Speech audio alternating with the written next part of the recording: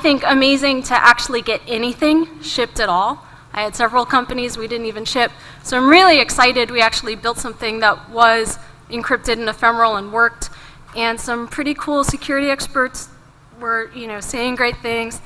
Here you see Jonathan Zidorowski on Twitter saying that Glimpse was one of the App Store's best kept secrets, that the secure photo messaging was so easy that you didn't realize it was secure. And we had 5 stars. So that's me. I'm starting off with the assumption that you want your product to be usable and friendly. So we're going to take that as a start. And if not because you actually like and care about your users, then because you care about usage metrics. Users equal money. More users, happier users equals more money. So if you don't instinctively, natively want to make things simple and easy, you probably want the end goals, what happens when you do make it easy. You can be grouchy and like complex things, but your users, they have needs. They have needs for simplicity. You've got that classic dog, I have no idea what I'm doing. That's your users. Regardless of whatever product you make, some of your users are in that category. And especially as security becomes more of a mainstream concern. With the Sony hack, iCloud hack, we're seeing security coming up in the papers and the news all the time. The market for security is really opening up to the point where mainstream users and enterprises are looking at, purchasing and using solutions. So we're going to discover we have a whole new user base that looks a lot more like, the dog at the laptop than the people who are coming to ShmooCon. So if you want those users, this is what we need to do. The first step is to build and test the design first. This may seem really obvious, right? Like, of course you're going to design it first. But I've been part of numerous software projects where we just got excited and started building the back end. There was a little more clarity around what we wanted the back end to do. Maybe the back end engineers were ready first. Maybe they just got so excited and started coding one night, and next thing we knew, half the back end was done. But there's so many problems with this. The first is it's easier to make changes to your app before the back end is built. And once you actually have a design, you start testing it, you discover that the feature set needs improvement. And it's really hard to make changes to the app once the back end is built, because now you have to throw away all of this code.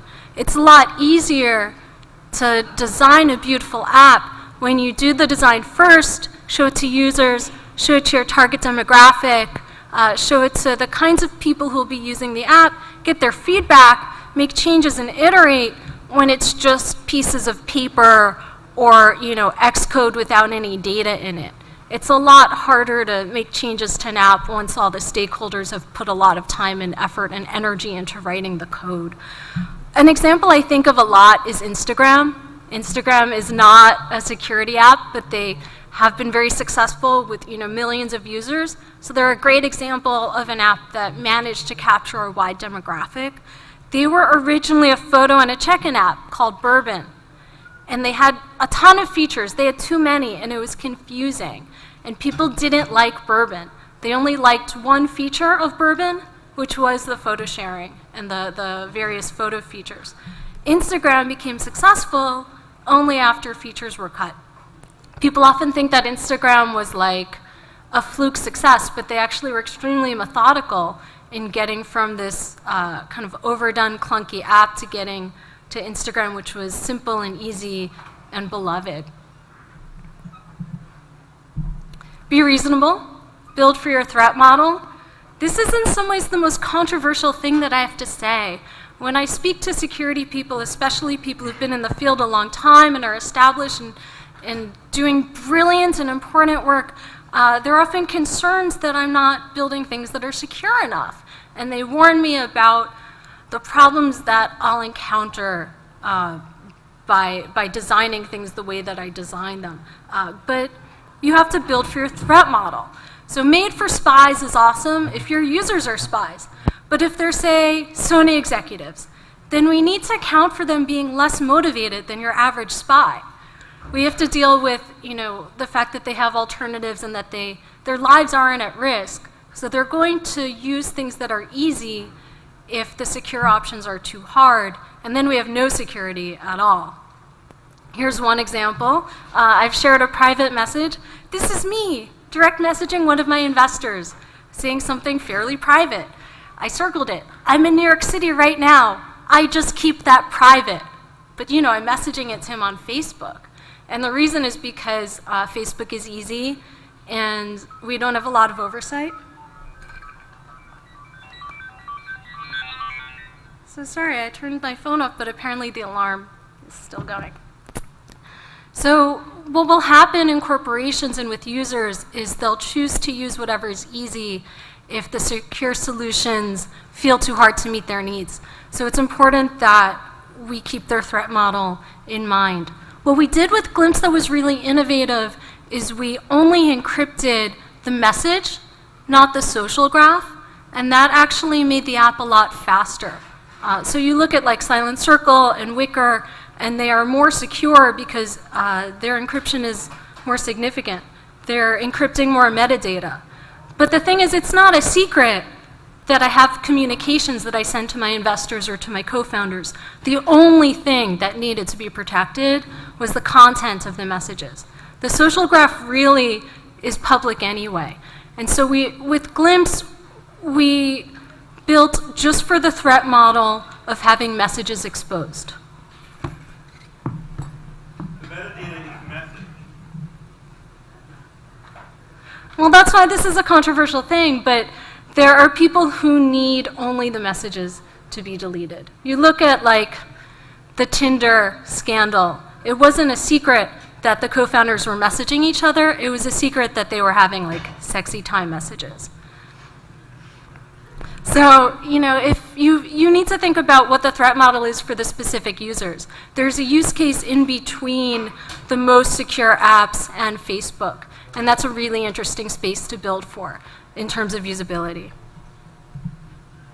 Test and iterate with normal people, assuming that some of them will be in your target demographic. Even if they're not, Apple originally was doing testing with school children, figuring that if school children could use the tools and the apps, then even grown-ups could do it too. If you don't have normal friends and family, then go borrow some normals from bars and coffee shops. They're out there and they're friendly, especially at the bars. Drunk users are the lowest common denominator. They're very honest and kind of chatty, perfect for user testing. Plus, your users drink. So this is a real use case.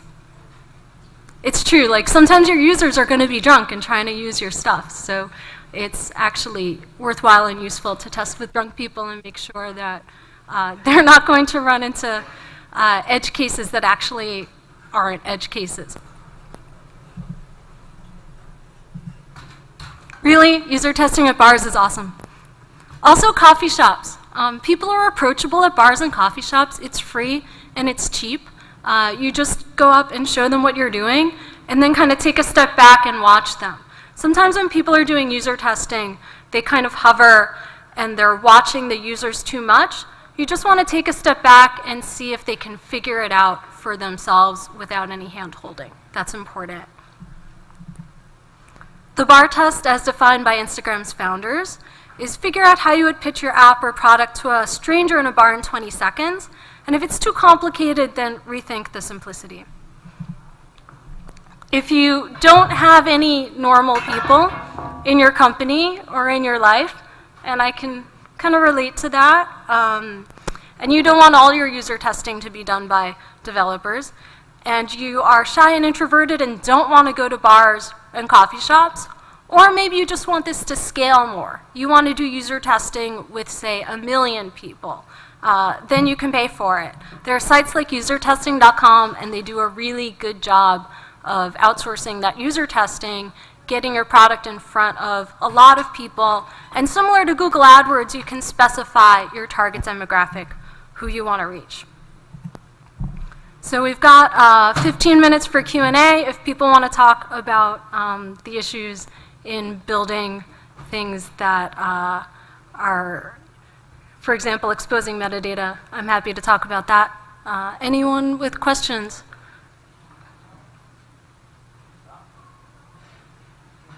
Yes? Where's the source code for Glimpse, and why is it sign up through Facebook? We were...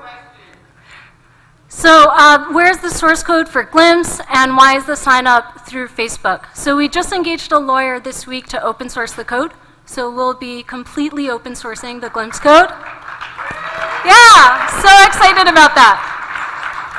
That's really important. It's important that you can see it and compile it. And for a while, we were experimenting with not being a security app, but instead being an app for teenagers.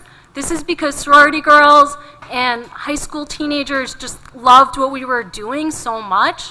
And we thought, well, this is where our traction is, and it's still like an interesting use case. Like teens have privacy needs too. So we were integrating Facebook because at that time we were basically like not being a security app. But I realized that even though we have traction and it's a good market, it's not where my heart is, and you shouldn't build things that you don't totally love. I really want to build things that are actually secure and do that. So we're going to be taking down the Glimpse sign-up page and bringing in security testimonials and open sourcing and following best practices. Thank you. Any other questions? Yes? How do you plan to monetize it or support your operations and not make money? Oh, I'm all for making money. I love making money. I dropped out of business school, and we've already made about $3,000 in revenue from users, which is great, just like people who supported what we were doing. We're looking at doing enterprise stuff, like group messaging for enterprise, secure group messaging, which is fairly well known to be a lucrative market. You look at, Meetup and Google Groups, and of course all the apps specifically targeting enterprise, and there's a lot of money there. And in light of the Sony hack, I think it's really, really interesting to look at how you can do a communications replacement for executives, which is where making things easy to use comes in. With a lot of these corporations, if it's not easy enough to use, it just won't get done. The CSOs, the chief security officers, don't have the authority that they need to have. They're not necessarily able to dictate that encryption is being used. They don't have control over the messages being sent by the board members. So it feels really imperative to design something that is easy enough to use that people who only halfway care about security will still do it. Otherwise, we're going to see a kind of collapse in the economy where, nothing's secure. We need to get past that. Anyone else? How often do you iterate how often do we iterate our UI? So with Glimpse, when we had the full team going, and we're doing a bit of a restructuring now, so things are a bit different, we were launching new code once a month. So some of that was making UI changes, and some of that was just building in the feature set over time. So we launched with this minimum viable product, like the smallest thing we could launch with that we felt was useful. And then every month we would do a new code push, and often we were adding in features that felt like they were essential. Like we'd maybe released a little too early, but that's okay because we got really helpful feedback. We originally had a screenshot protector that really did protect your photos from screenshots. We had an animation layer that ran on top of the photo. So if you took a screenshot, you would get like bars or some other image clouding the photo. And we thought this was so cool, and we were sending all these secret messages, but we were the only ones who thought it was cool. Because you need to really want to send a secret message in order to deal with the fuzziness of the resulting photos. It was great that we launched that really early because we put a lot of our eggs in that basket and people didn't like it. So it was really good we figured that out soon. Anything else? I have 10 more minutes. How many iterations, how long was it before you get your UI settled and started on the back end? Oh, that's a really great question. Yeah, so the question is how many iterations did we do in the UI before it was settled and we started on the back end? You know, I think it depends in general. You know when you found something that users like. In our case, we did maybe 2 or 3 iterations. We hired the original designer from Guitar Hero, and our original designs were just so good. And then we did a beta test with about 20 folks in New York, and they loved it. And we were showing it to everyone we knew all along the way. And really, the UI was fine. The issues we had at Glimpse is we weren't really targeting any particular market. We just kind of built this thing and put it out there. Like we were a little bit of a security product, but we weren't open sourced and we didn't have testimonials and we never marketed ourselves as a security product. But then we weren't really quite right for teenagers and young people either.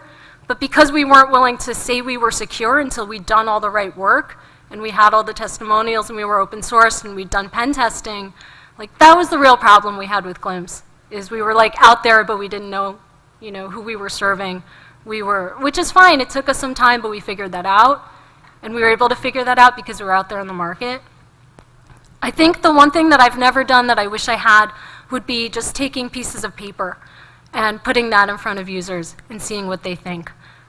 In the past, I have done that with PDFs, where I've gotten designs and then gone and shown that to the target demographic, actually in bars. I do this bar testing thing. I will totally go and find like happy drunk people and show them my work and see what they have to say. And I get really good feedback that way. I built a lot of online dating stuff by talking to drunk girls in the bathroom at like tech events. I was really trying to solve online dating. I was like, how do I figure this out?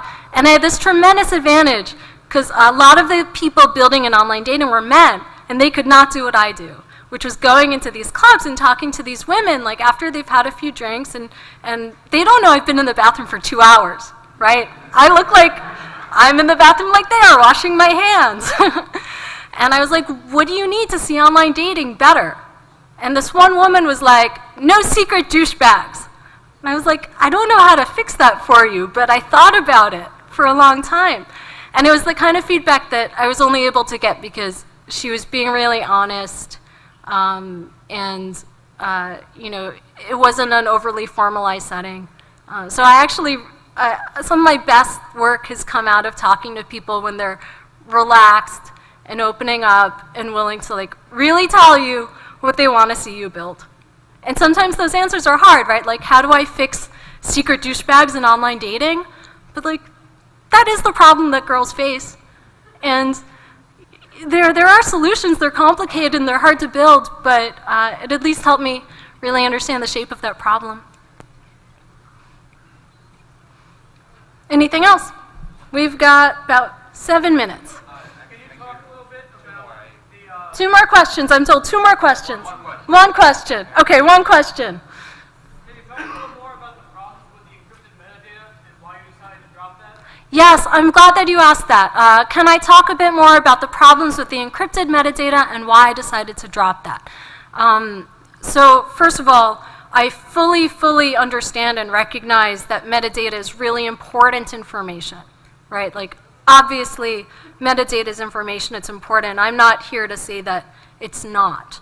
But there are lots of sets of information that people are willing to make public, right? Like, I post things on Facebook, I post things on Twitter, sometimes I post my location. Lots of my social graph and social information is welcome to be public. And so there's a use case where you're not interested in hiding some of your metadata, not if it has a cost. Now, the cost that happens when you encrypt metadata is you're adding just another layer of encryption to the app, and it does make things a little bit slower.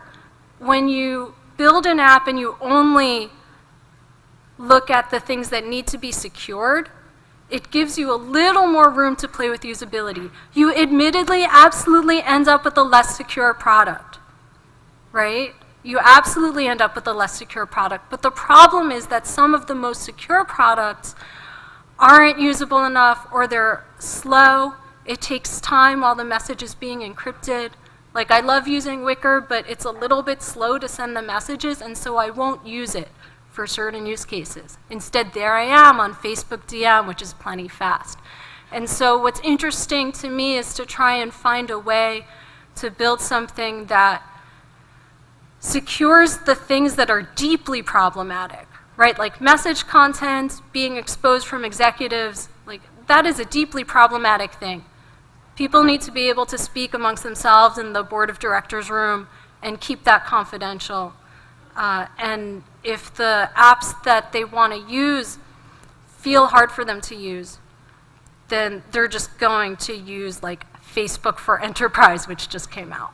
So that's the challenge. The challenge is that a lot of users don't want to use security products in the first place at all. We see that. So the challenge is how to create a set of products that builds in more security, is honest and transparent about what it does and doesn't secure, and that people will actually use and adopt and will raise the total level of security in these organizations. Yeah, it's 3:55.